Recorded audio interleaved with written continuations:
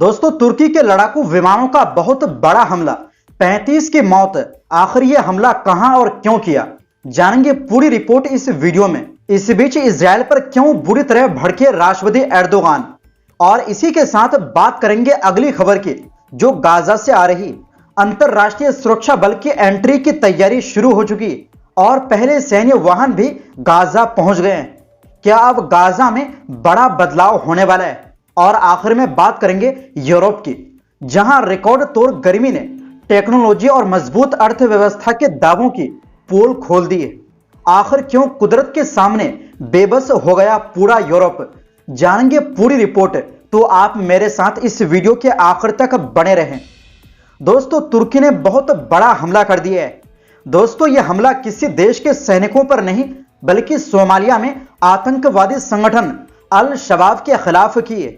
Somalia के रक्षा मंत्रालय के मुताबिक मंगलवार सुबह तुर्की के F-16 लड़ाकू विमानों ने दक्षिणी सोमालिया के लोअर शबेरे प्रांत के गोडे इलाके में कई हवाई हमले किए। रिपोर्ट के अनुसार यह ऑपरेशन सोमालिया की सेना और तुर्की की सेना ने मिलकर चलाया। इन हमलों में अल शबाब के गुप्त ठिकानों, गुफाओं, हथियारों के गोदामों और उन जगहों को निशाना बनाया गया जहां आतंकी छिपे हुए थे। सोमालिया के रक्षा मंत्रालय का दावा है कि इन हमलों में करीब 35 अल शबाब आतंकवादी मारे गए, जबकि 20 से ज्यादा गंभीर रूप से घायल हुए। मंत्रालय ने यह भी बताया कि हमला खत्म होने के बाद इलाके में लगातार कई बड़े धमाके हुए, जिससे पता चलता है कि वहां भारी मात्रा में हथियार, गोला बारूद और विस्फोटक रखे गए थे। सोमालिया के रक्षा मंत्रालय के मुताबिक जिस जगह पर हमला किया गया वहां विस्फोटकों से भरे कई वाहन भी मौजूद थे, जिन्हें अल शबाब आम नागरिकों पर बड़े आतंकी हमलों के लिए इस्तेमाल करने की तैयारी कर रहा था। तुर्की के हवाई हमले में इन वाहनों को भी नष्ट कर दिया गया। सोमालिया सरकार ने इस ऑपरेशन में सहयोग देने के लिए तुर्की और अपने दूसरे अंतरराष्ट्रीय साझेदारों का शुक्रिया अदा किया। सरकार का कहना है कि आतंकवाद के खिलाफ यह ऑपरेशन आगे भी जारी रहेगा। दोस्तों, यह हमला ऐसे समय हुआ है जब सोमालिया अपना यौम आजादी मनाने की तैयारी कर रहा था। माना जा रहा है कि सुरक्षा को मजबूत करने और अल शबाब की किसी भी बड़ी साजिश को नाकाम करने के लिए यह कार्रवाई की गई। और इसी बीच दोस्तों, तुर्की के राष्ट्रपति रजब तैयब एर्दोगान ने इजरायल पर बड़ा हमला बोला है। उन्होंने कहा कि इजरायल तुर्की के खिलाफ झूठे आरोप इसलिए लगा रहे हैं ताकि गाजा में हो रही अपनी कार्रवाई से दुनिया का ध्यान भटका सके। दरअसल पिछले दिनों इजरायली कैबिनेट द्वारा यह आरोप लगाया गया है कि ऑटोमन साम्राज्य के दौर में आर्मेनियाई लोगों के साथ नरसंहार हुआ था और इसे इजरायल ने ऑफिशियली तौर पर मान्यता दे दी। इसके बाद तुर्की भड़का हुआ है।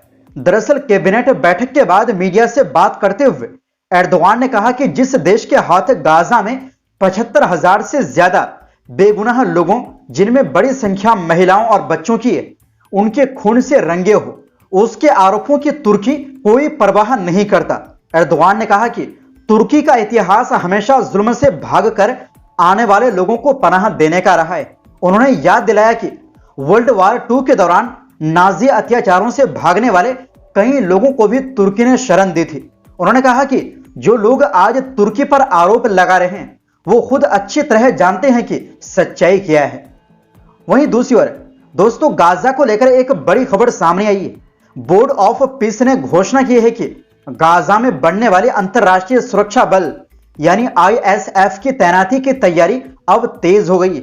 इसी के तहत मंगलवार को इस फोर्स के पहले टैक्टिकल यानी सैन्य इस्तेमाल वाले वाहन गाजा में बनाए गए लॉजिस्टिक बेस पर पहुंच गए हैं।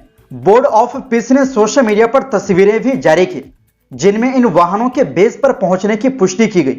माना जा रहा है कि यह गाजा में बहुराष्ट्रीय सुरक्षा बल की तैनाती की दिशा में पहला बड़ा कदम है। उधर इसी बीच हमास का एक डेलीगेशन भी मिस्र की राजधानी काहिरा पहुंचा है, जहां मिस्र के अधिकारियों और दूसरे मध्यस्थों के साथ युद्ध विराम समझौते को लागू करने पर बातचीत चल रही है। दोस्तों, बोर्ड ऑफ पीस की स्थापना जनवरी 2026 में अमेरिकी राष्ट्रपति डोनाल्ड ट्रंप की पहल पर की गई थी। इसका मकसद गाजा में युद्ध खत्म कर हमेशा के लिए शांति स्थापित करना है। इस बोर्ड की पहली बैठक 19 फरवरी को वाशिंगटन में हुई थी। यह पूरी योजना ट्रंप के 20 सूत्रीय शांति प्लान का हिस्सा बताई जा रही, जिसे पिछले साल संयुक्त राष्ट्र सुरक्षा परिषद के एक प्रस्ताव का भी समर्थन मिला था। युद्ध विराम समझौते के पहले चरण में दोनों पक्षों के बीच संघर्ष रोकना, कैदियों की अदला बदली, परमानेंट युद्ध विराम और गाजा से इजरायली सेना की धीरे धीरे वापसी शामिल थी। हालांकि फिलिस्तीनी पक्ष का आरोप है कि इजरायल अब भी लगभग रोज इस समझौते का उल्लंघन कर रहा है। अब दूसरे चरण में योजना यह है कि इजरायल गाजा के और इलाकों से अपनी सेना हटाएगा। इसके बाद इंटरनेशनल फोर्स वहां सुरक्षा की जिम्मेदारी संभालेगा। इस फोर्स का काम राहत सामग्री और पुनर्निर्माण का सामान सुरक्षित तरीके से गाजा पहुंचाना और इलाके में व्यवस्था बनाए रखना होगा। वहीं दूसरी ओर दोस्तों, जिस यूरोप को अपनी टेक्नोलॉजी पर सबसे ज्यादा नाज था, जो दुनिया से 50 साल आगे जीने का दावा कर रहा था, लेकिन आज कुदरत के सामने बेबस नजर आ रहा है। दोस्तों, इस समय यूरोप में पड़ रही रिकॉर्ड तोड़ गर्मी अब सिर्फ लोगों की सेहत की नहीं, बल्कि पूरी अर्थव्यवस्था की भी बड़ी दुश्मन बनती जा रही।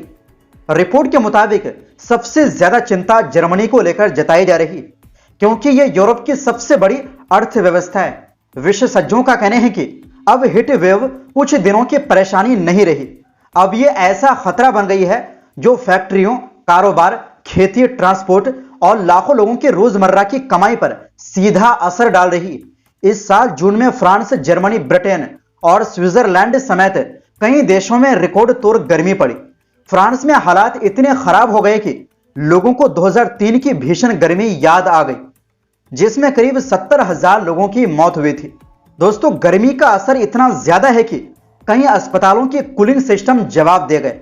फ्रांस को अपने 2 परमाणु बिजली घर कुछ समय के लिए बंद करने पड़े, क्योंकि उन्हें ठंडा करने के लिए पर्याप्त पानी नहीं मिल रहा था। ING बैंक के मुख्य अर्थशास्त्री कार्स्टन ब्रेजेस्की का कहना है कि अब सिर्फ मौसम नहीं बदल रहा, बल्कि गर्मी सीधे अर्थव्यवस्था की रफ्तार तय कर रही। उनके मुताबिक खाली सड़कें, स्कूल बंद होना, ट्रेनों में दिक्कत और फैक्ट्रियों का धीमा पड़ना वैसा ही असर पैदा कर रहा है जैसा कोरोना लॉकडाउन के दौरान देखने को मिला था। पहले माना जाता था कि ऐसी गर्मी सिर्फ दक्षिणी यूरोप की समस्या है, लेकिन अब जर्मनी भी इसकी चपेट में आ गई है। वहां की सड़कें, रेलवे, इमारतें और इंडस्ट्री इतनी ज्यादा गर्मी के हिसाब से तैयार नहीं। रिपोर्ट में कहा गया है कि तेज गर्मी की वजह से लोग कम समय तक काम कर पा रहे हैं, सामान की सप्लाई प्रभावित हो रही, नदियों का पानी कम होने से माल ढुलाई में दिक्कत आ रही और खेती पर भी बुरा असर पड़ रहा है। इसका सीधा मतलब है कि आने वाले समय में खाने पीने की चीजें और महंगी हो सकती है। यूरोपीय सेंट्रल बैंक ने भी चेतावनी दी है कि अगर यही हाल रहा तो आने वाले सालों में महंगाई और बढ़ सकती है। एक अनुमान के मुताबिक 2026 से 2030 के बीच सिर्फ जर्मनी को 131 अरब डॉलर तक का आर्थिक नुकसान हो सकता है। वहीं फ्रांस को 240 अरब डॉलर, इटली को 147 अरब डॉलर और स्पेन को 120 अरब डॉलर तक का नुकसान होने का अंदेशा है। विशेषज्ञों का कहना है कि अगर अभी से ठीक कदम नहीं उठाया गया, जैसे बेहतर कूलिंग सिस्टम, मजबूत इंफ्रास्ट्रक्चर और गर्मी से बचाव की तैयारी, तो आने वाले सालों में हीट वेव यूरोप की अर्थव्यवस्था को उतना ही बड़ा झटका दे सकती है जितना कभी कोरोना महामारी ने दिया था। तो फिलहाल के लिए इस रिपोर्ट में बस इतना ही। फिर मिलते हैं एक नई रिपोर्ट्स के साथ।